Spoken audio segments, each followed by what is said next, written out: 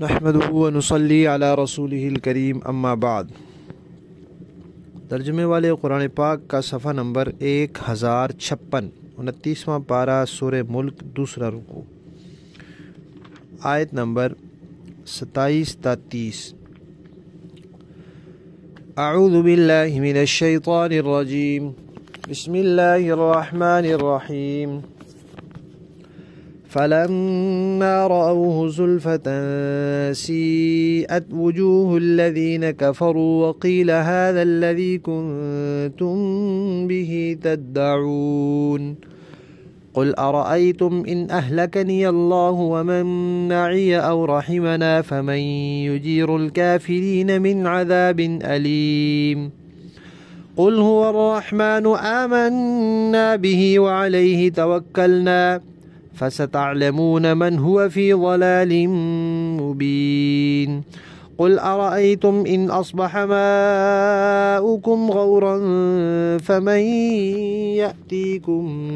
بماء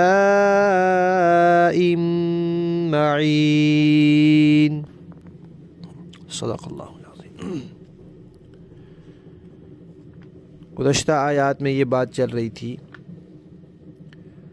کہ اللہ تعالیٰ نے شرک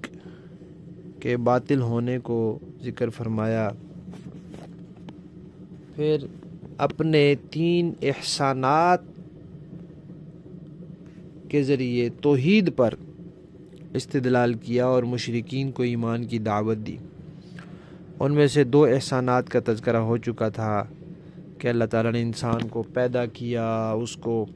کان دیے، اس کو آنکھیں دی، اس کو دل دیا، اور دوسرا احسان یہ کہ اللہ تعالیٰ نے چپے چپے میں زمین کے انسان کو پھیلا دیا اور یہ فرمایا کہ بھئی جہاں کہیں جاؤ گے بالآخر تم نے ہمارے پاس آنا ہے اور تمہارا حساب کتاب ہوگا۔ تو اب یہاں پھر بات ان لوگوں کی شروع ہوئی جو قیامت کو نہیں مانتے، اس دنیا سے جانے کے بعد ہمیشہ کی زندگی کو نہیں مانتے۔ تو وہ کہتے تھے کہ یہ ہر وقت قیامت کرتے ہو، آخرت کے عذاب کی دھمکیاں دیتے ہو، تو یہ جو وعدے کرتے ہو کہ قیامت آئے گی، یہ کب آئے گی؟ صدیاں گزر گئی، ہمارے باپ دادے چلے گئے، قیامت نہیں آئی تو کب آئے گی؟ تو اس کے جواب میں کہا تھا کہ قیامت کا علم تو اللہ کے پاس ہے، کیونکہ عالم الغیب صرف اور صرف اللہ کی ذات ہے۔ میں تو آیا ہوں تمہیں ڈر سنانے کے لیے۔ اب اللہ تعالیٰ فرما رہے ہیں کہ بھائی ابھی تو یہ کہہ رہے ہیں کہ وہ عذاب کب آئے گا، لیکن جب وہ آئے گا اس وقت ان کی شکلیں بگڑ جائیں گی، ان کے رنگ اڑ جائیں گے، ان کے چہرے سیاہ پڑ جائیں گے، اور پھر ان سے کہا جائے گا کہ یہی ہے وہ عذاب جو تم مانگا کرتے تھے، اب جب آیا ہے تو ذرا اپنی حالت دیکھو۔ پھر ایک بات اور یہ ہوئی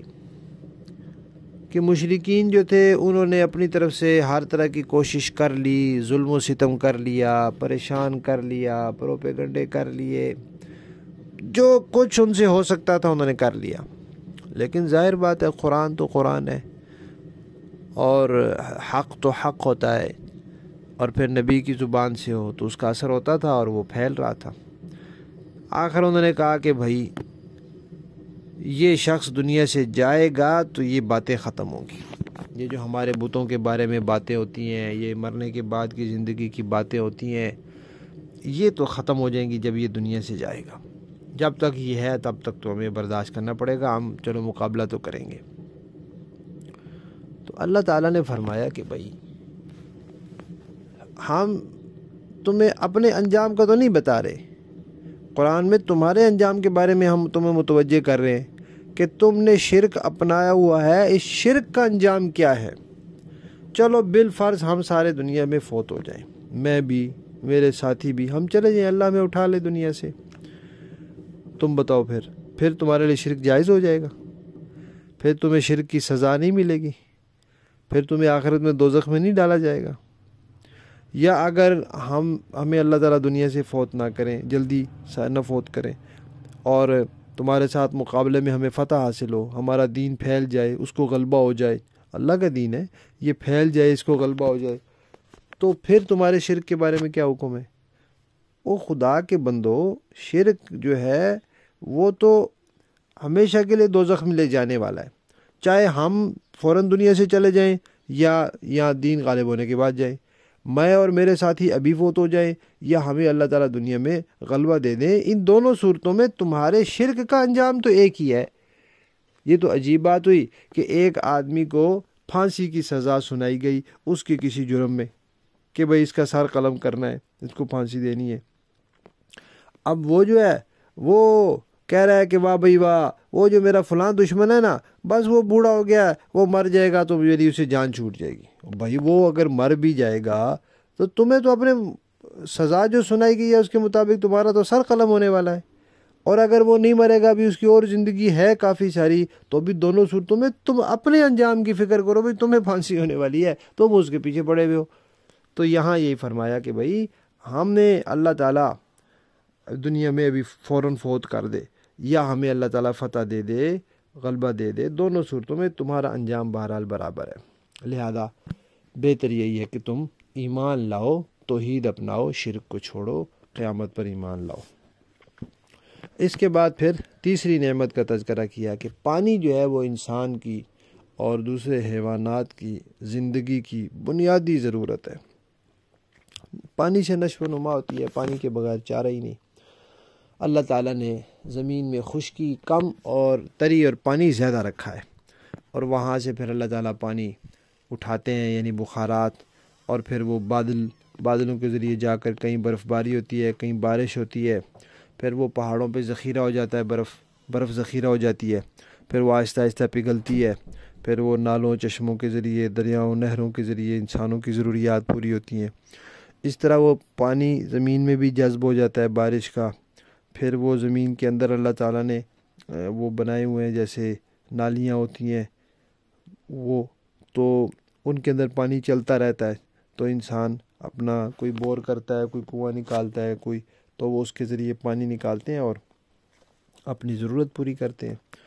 تو اللہ تعالیٰ فرما رہے ہیں کہ دیکھو، اگر یہ پانی جو ابھی تمہاری پہنچ میں ہے اللہ اس کو خشک کر دے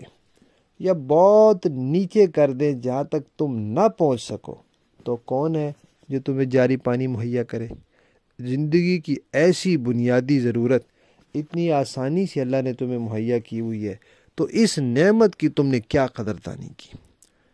کہ اس کی توحید پر ایمان لائے ہو یا تم اس کے ساتھ شریک ٹھہرا رہے ہو؟ یہ نعمتوں کو یاد کرو اور یہ یاد رکھو کہ یہ سب کچھ اللہ کے قبضے قدرت میں ہے۔ تو جیسے یہ دنیا میں پانی کا نظام ہے، اس پانی کے ذریعے تمہاری زندگی جو ہے وہ بقا ہے، وہ چل رہی ہے، تو اسی طرح ایک روحانی چشمہ بھی ہے، وہ یہی قرآن ہے، وہ اللہ کے نبی ہیں۔ تو اس چشمے سے تم فائدہ اٹھا رہے ہو، پانی کے چشمے سے، تو اس ہدایت کے چشمے سے بھی فائدہ اٹھاؤ۔ اب اور ہدایت کے چشمے تو ختم ہو گئے، یہی ایک رہ گیا ہے، اور اللہ نے اس کو تمہارے ہاں مہیا کیا ہے، تو تم اس احسان کی ناشکری نہ کرو۔ لفظی ترجمہ دیکھیں، فلما، پھر جب، رأوہ، وہ دیکھیں گے نا اس کو جس کے بارے میں کہتے تھے کہ کب آئے گا، زلفتاً، قریب آتا، اس عذاب کو قریب آتا دیکھیں گے، تو سیئت، برے ہو جائیں گے، سیاہ پڑ جائیں گے، بگڑ جائیں گے، وجوہ، چہرے، الذین، ان لوگوں کے، کفروا، جنہوں نے کفر کیا، وقیلا، اور ان سے کہا جائے گا، ھذا الذی، یہ ہے وہ، کنتم بہ، کہ تم تھے جسے، تدعون، مانگا کرتے۔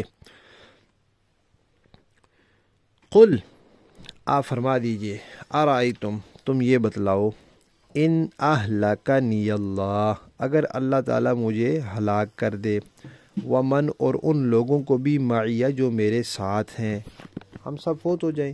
او، یا پھر رحمنا، اللہ ہم پر رحم فرمائے اور ہمیں فتح اور غلبہ دے دے،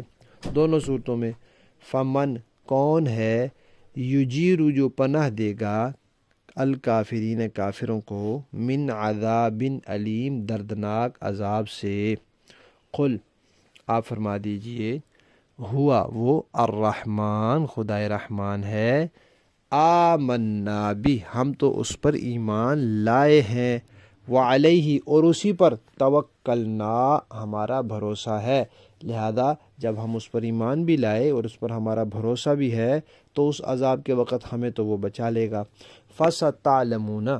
پھر تمہیں پتہ چلے گا، من ہوا کہ کون ہے، فی ضلال مبین، کھلی گمراہی میں۔ قل، اور آپ ان سے فرما دیجئے، ارائیتم، یہ بتلاؤ تم، ان اصبح، اگر کسی صبح کو ہو جائے، ماؤکم، تمہارا پانی، غورن، نیچے اترا ہوا، غائب ہو جائے نیچے اتر کر، فمن، تو کون ہے، یاتیکم، جو لے آئے تمہارے پاس، بماء معین، جاری پانی۔ یہاں حضرات مفسرین کرام نے ایک واقعہ لکھا ہے کہ ایک آدمی تھا جو منکر تھا خدا کی قدرت کا، اور تو اس نے جب یہ بات پڑھی سنی تو وہ کہنے لگا کہ بھائی پانی اگر نیچے اتر جائے گا تو ہمارے بیلچے، ہماری کدالیں، ہمارے پاس جو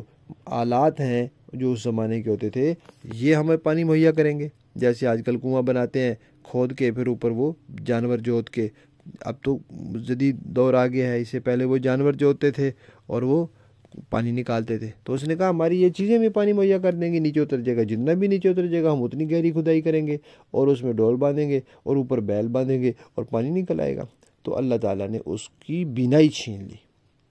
تو جو اللہ تعالیٰ کے احکامات کا اس طرح مذاق اڑاتا ہے، پھر اللہ تعالیٰ اس کو سزا بھی سخت دیتے ہیں اور عبرت ناک دیتے ہیں۔ اس ساری زندگی تک کے لیے پھر وہ شخص اندھا رہا جو کہتا تھا کہ بھئی ہم یوں کر لیں گے، وہ کر لیں گے، آپ بھائی کر کے دکھاؤ۔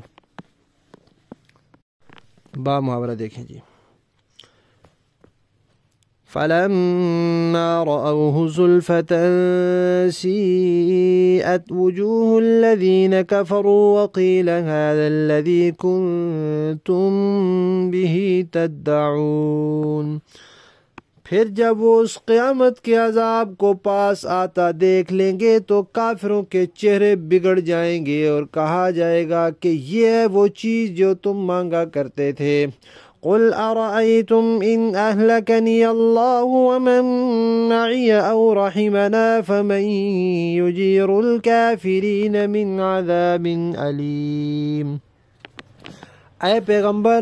ان سے کہہ دیجئے کہ ذرا یہ بتلاؤ کہ چاہے اللہ مجھے اور میرے ساتھیوں کو ہلاک کر دے یا ہم پر رحم فرما دے، دونوں صورتوں میں کافروں کو دردناک عذاب سے کون بچائے گا؟ قل هو الرحمن آمنا به وعليه توکلنا فستعلمون من هو في ضلال مبین۔